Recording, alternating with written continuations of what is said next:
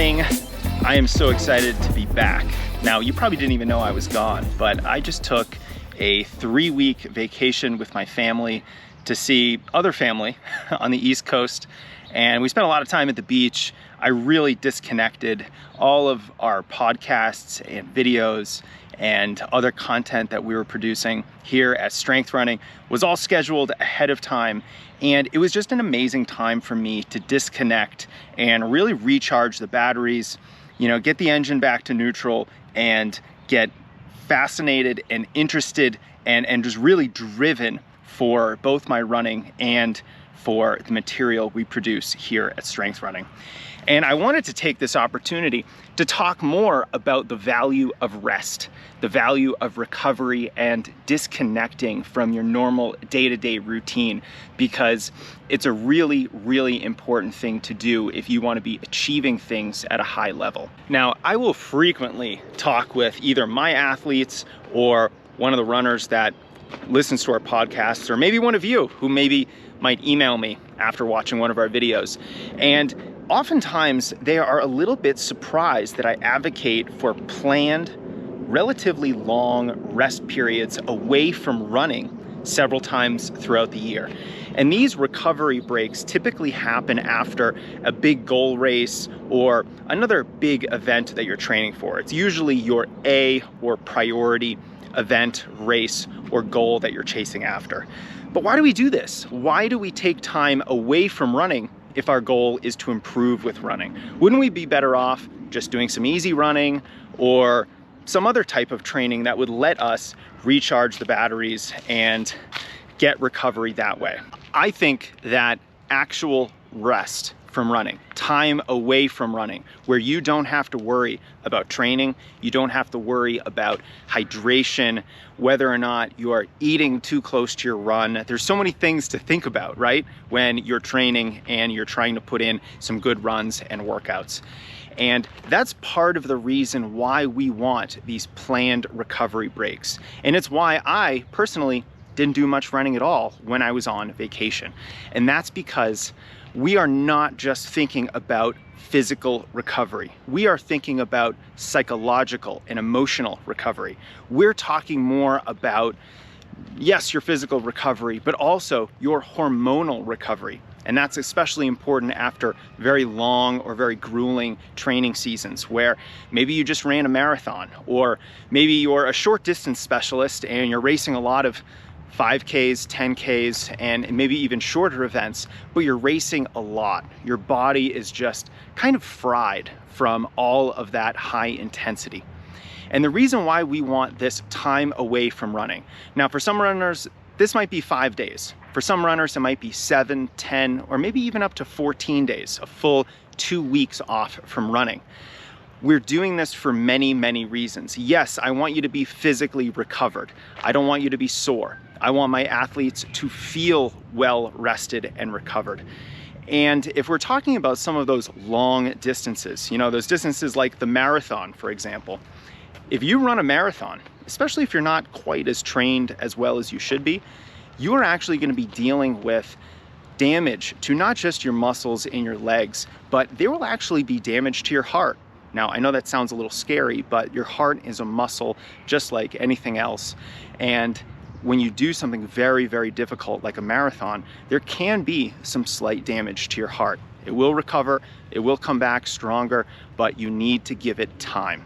And that's why your recovery from those long events is so critically important. The damage is more than just your legs feeling sore. If you just finished maybe a long season, a very long, hard event like a marathon or ultra marathon, or you've just had a very dense racing season, then we also need to talk about your hormones.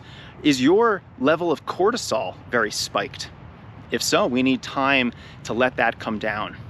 And that's the hormonal aspect of recovery. We really need runners to be getting their hormonal profiles in balance and optimized so that they can train well and train effectively. Now, the other big part of recovery is your mindset, the psychological recovery that has to happen after a long season or a grueling race. And a big reason why I love to see runners take extra time off, actual time off from running, where you're not running at all, is because I want their drive to train to be really high. I want them to be extraordinarily motivated.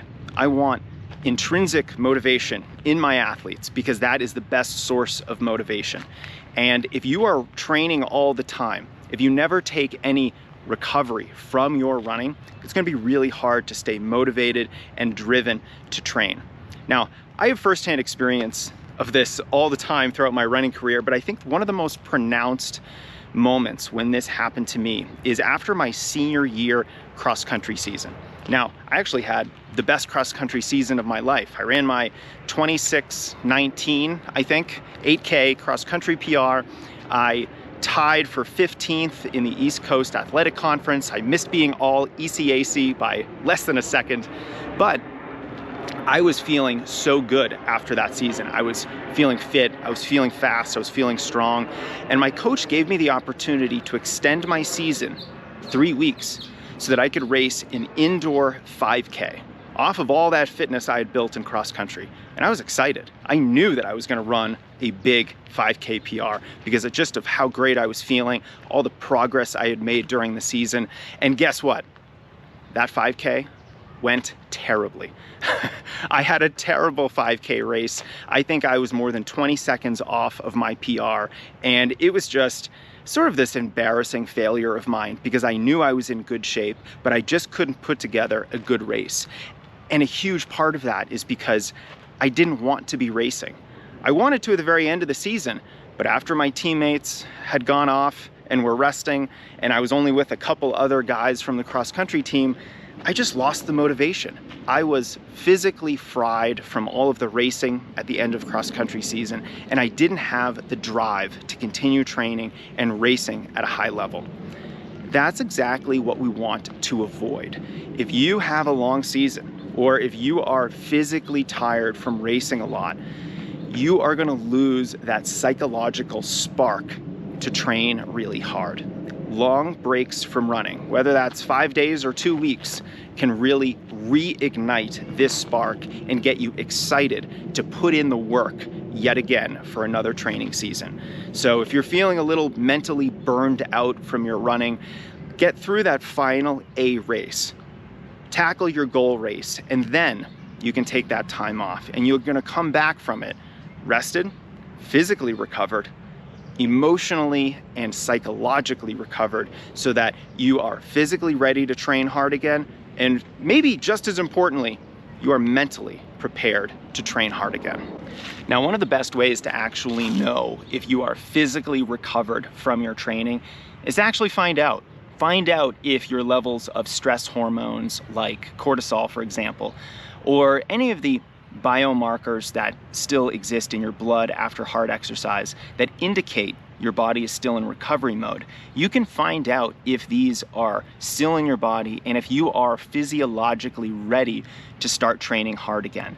Now, I've been a partner with Inside Tracker for a really long time, for years, because I really love what they're doing. And I actually have another test coming up very soon to do exactly this, to test my blood biomarkers to see whether or not any of them are outside of my personal unique optimal ranges. And that's one of the things I love about Inside Tracker, is that they give you these optimal ranges based on your age, your activity level, your gender, and so many other things that are going to affect your blood values. And Inside Tracker tests over 30 or 40 different biomarkers to see whether or not you're training too hard, or maybe even too little, and whether or not there are things you can do through your training, through your diet, and through your lifestyle to get all those values into the optimal range.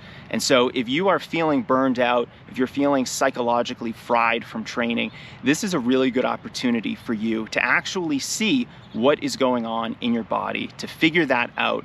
And if there are any problems like signs of overtraining syndrome, for example, you can get that sorted.